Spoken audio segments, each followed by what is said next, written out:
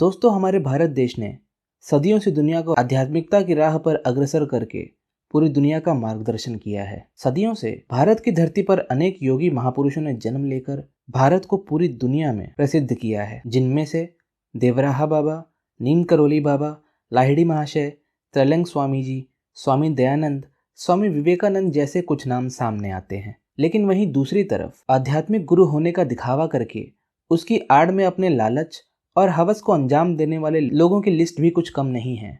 राधे माँ, राम रहीम, आसाराम बापू, निर्मल बाबा और इनके जैसे किन्हीं धूर्त और कपटी लोगों की वजह से हमारी भारतीय संस्कृति देश विदेशों में कई बार बदनाम भी हुई है।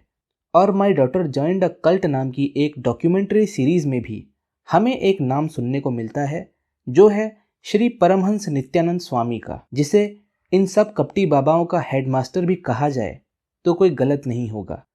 इसकी करतूतों और काले कारनामों को समझने से पहले आइए समझते हैं इसके बैकग्राउंड को। नमस्कार दोस्तों, मेरा नाम मनीष है और आप देख रहे हैं दास्तान-ए जुर्म।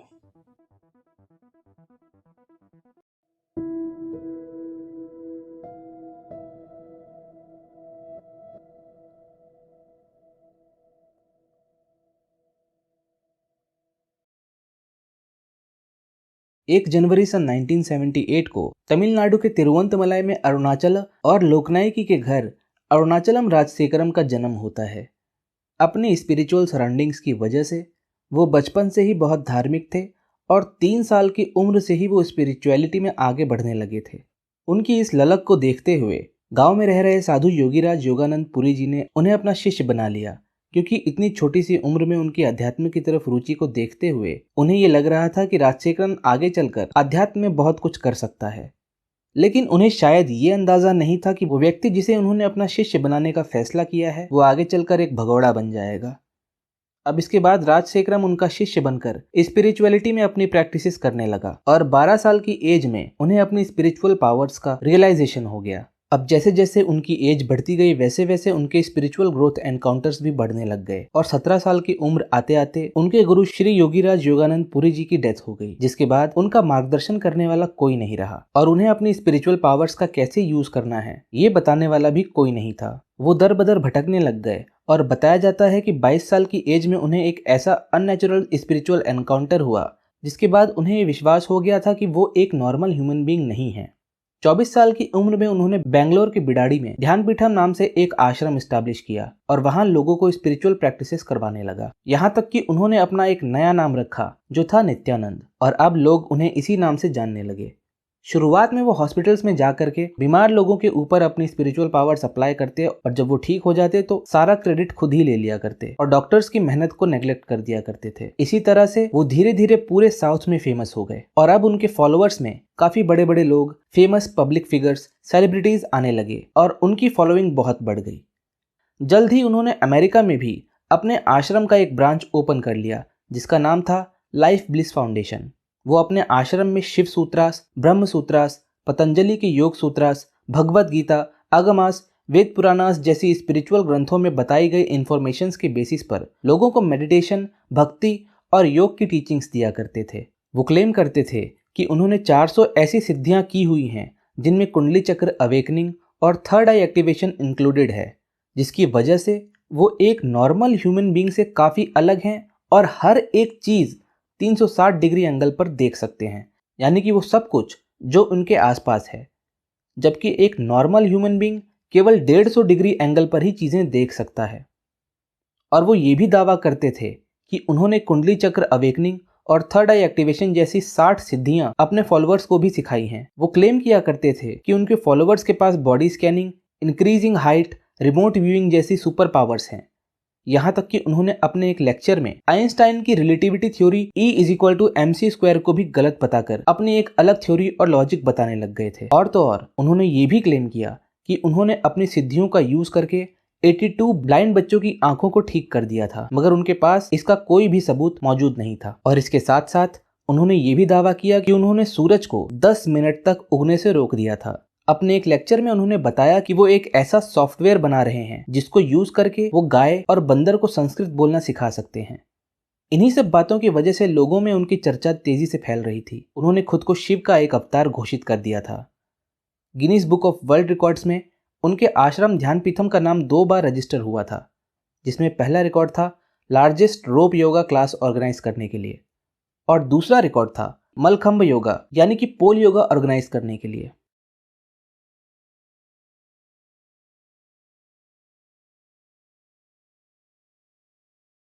अभी तक नित्यानंद के ऊपर लोगों की आस्था बहुत बढ़ चुकी थी और वो उसे ही अपना भगवान मानने लगे थे और उसे स्वामी या गॉडमैन नाम से संबोधित करने लग गए थे। 2010 में इस आदमी ने कुछ ऐसा कर दिया जिसकी वजह से इतने सालों की मेहनत से हासिल की हुई उसकी पॉपुलैरिटी और इज्जत झट से मिट्टी में मिल गई। साल 2010 में सन टीवी नाम के एक न्यूज चैनल ने अपने चैनल पर एक वीडियो टेलीकास्ट किया जिसमें नित्यानंद अपनी एक फीमेल फॉलोअर रंजीता के साथ इंटीमेट और कॉम्प्रोमाइजिंग कंडीशन में दिखाई दिया था। ये वीडियो कुछ इस तरह का था।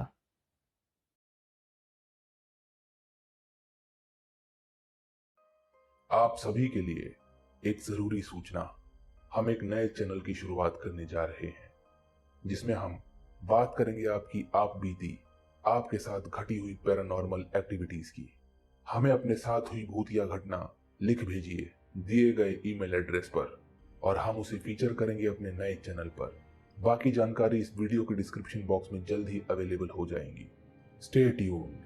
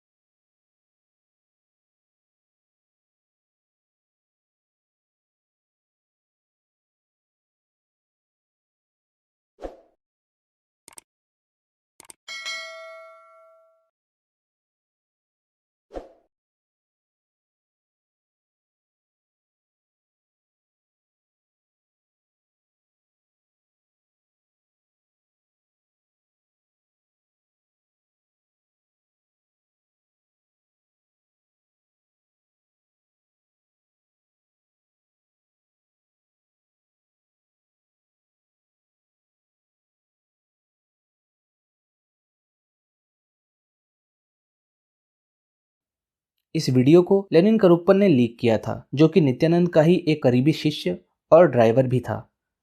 रंजीता तमिल की एक फेमस एक्ट्रेस थी जो नित्यानंद को अपना गुरु मानती थी और उसके आश्रम में ही रहा करती थी। ये वीडियो तेजी से लोगों में वायरल हो गया और इस वीडियो को देखकर नित्यानंद के फॉलोअर्स का गुस्सा फूट गया और जगह जगह उसके नाम के पुतले जलाए जाने लगे और उसके पुतले बनाकर उसके गले में चप्पलें लटकाई जाने लगी।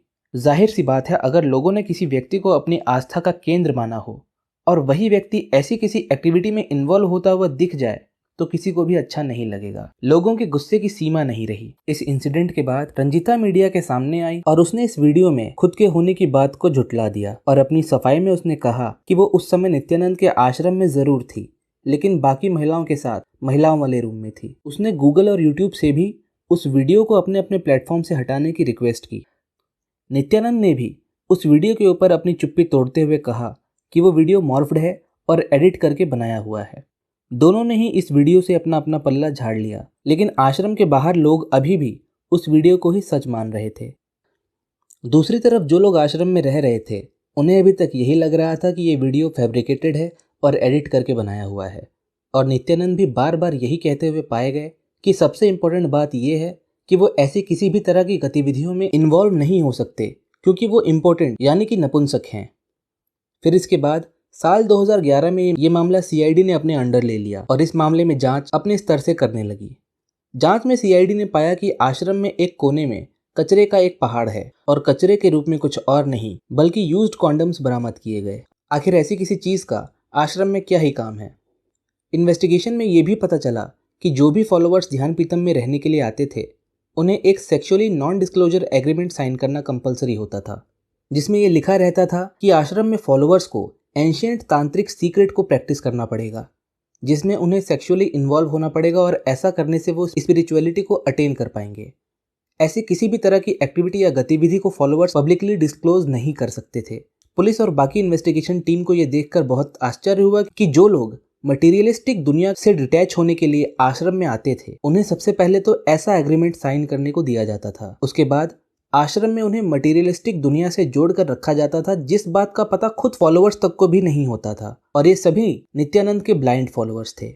अंधश्रद्धा में भी श्रद्धा होती है, ये इस बात का परफेक्ट एग्जाम्पल था।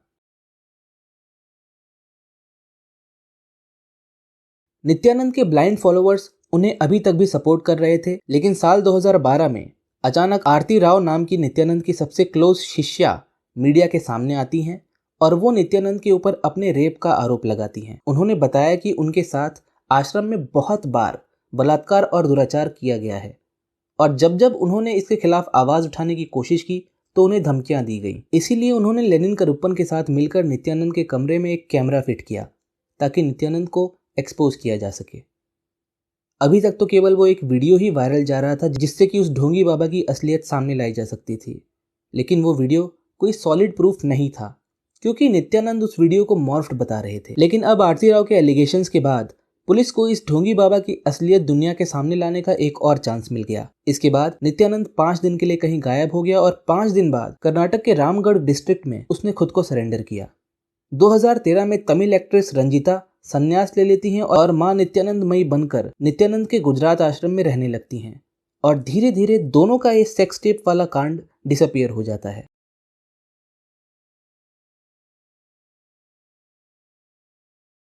साल 2014 में संगीता नाम की एक 24 साल की लड़की की आश्रम में डेथ हो जाती है, जिसका रीजन हार्ट अटैक बताया जाता है।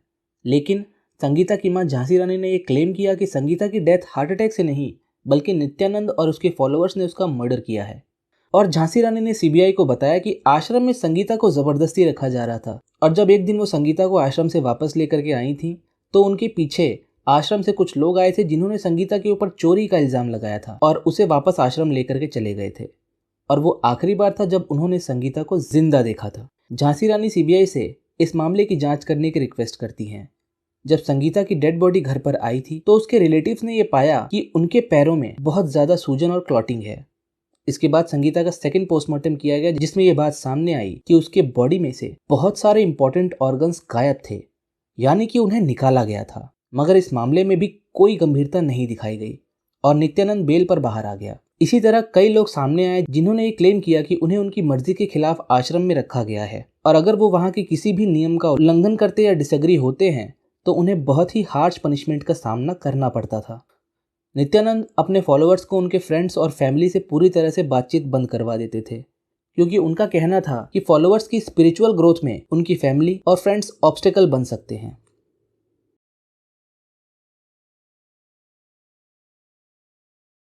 साल 2010 में जब नित्यानंद और रंजीता का सेक्स टेप वायरल हो रहा था तो नित्यानंद ने उस वीडियो को फेक करार दिया था और सबूत के तौर पर उन्होंने कहा कि 4 यूएस बेस्ड एक्सपर्ट्स ने उस वीडियो को मॉर्फ्ड यानी कि एडिटेड बताया है और उन्होंने इन्वेस्टिगेशन के लिए रिपोर्ट्स की कॉपी सीआईडी को भी दे दी थी। मगर साल 2017 में सेंट्रल फॉरेंसिक लेबोरेटरी के द्वारा ये कंफर्म किया गया कि वो वीडियो बिल्कुल भी एडिटेड नहीं है और वीडियो में दिख रहे दोनों लोग नित्यानंद और रंजीता ही हैं।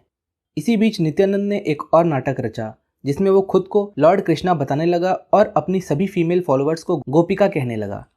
और तो और वो आरती राव को एक राक्षस का इनकारनेशन बताने लगा जिसने लॉर्ड शिवा को मारने की कोशिश की थी। इनडायरेक्टली वो खुद को लॉर्ड शिवा बता रहा था जो कि लॉर्ड शिवा का 1% भी नहीं है।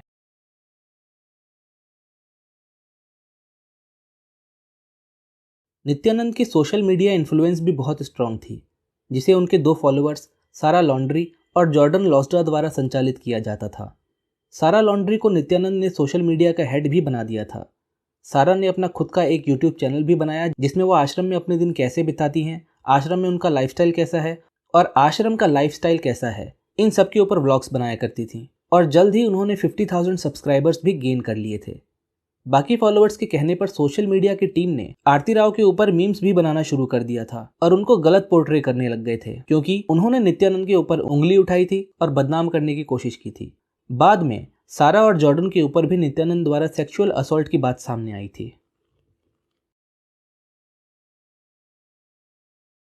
साल 2019 में बेंगलोर के एक दंपति ने नित्यानंद और आश्रम के खिलाफ अपने 4 बच्चों को किडनैप करने का आरोप लगाया और पुलिस में इसकी एफआईआर दर्ज करवाई। उन बच्चों के पेरेंट्स को बिना इन्फॉर्म किए ही उन्हें बेंगलोर से अहमदाबाद ले जाया गया था।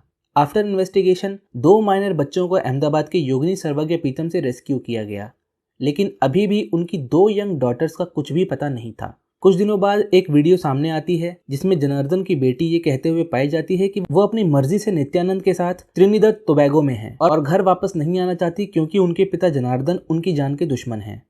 उसने इस पूरे मामले में अपने पिता के ही खिलाफ बोल दिया और नित्यानंद को सपोर्ट किया। नित्यानंद के ऊपर साल 2000 से लेकर अभी तक इतने सारे एलिगेशंस और चार्जेस लगाए गए हैं, लेकिन फिलहाल नित्यानंद कहाँ है इस बात का पता किसी को भी नहीं है। इंडिया और यूएस की पुलिस भी उनके पीछे लगी हुई है। वो फिजिकली कहाँ है इस बात का तो पता अभी तक किसी को नहीं है, लेकिन उनके यूट्यूब चैनल और 2 एक्टिव फेसबुक पेजेस के माध्यम से आज भी उनकी वीडियोस पब्लिक होती रहती हैं। उन वीडियोस के थ्रू ये जानकारी मिलती है कि उन्होंने दक्षिण अमेरिका में एक आइलैंड खरीदकर उस पर अपना एक अलग देश बना लिया है जिसका नाम कैलाशा है, और जहां उनकी सरकार, उनके लॉज, उनकी करेंसी, एडमिनिस्ट्रेशन एटसेट्रा सब उनके अधीन है। लेकिन ज्योग्राफिकली ये देश एग्जैक्टली कहाँ है, इस देश को देश होने की मान्यता किसने दी, ये किसी को भी अभी तक नहीं पता। अभी कुछ दिन पहले संयुक्त राष्ट्र की मीटिंग में विजय प्रिया नाम की एक महिला बैठी हुई दिखाई दी थी जिनका दावा था कि वो यूनाइटेड स्टेट ऑफ कैलाशा को रिप्रेजेंट कर रही हैं। उन्होंने हमारे देश भारत के खिलाफ भी कुछ बातें कही थी जिसकी पूरी जानकारी आप रेफरेंस न्यूज से जान सकते हैं। तो दोस्तों, आज की कहानी में बस इतना ही। जल्द ही मिलेंगे आपसे एक और दास्तानी जुर्म के साथ। Do subscribe our channel, hit the bell icon and stay tune. Bye and take care.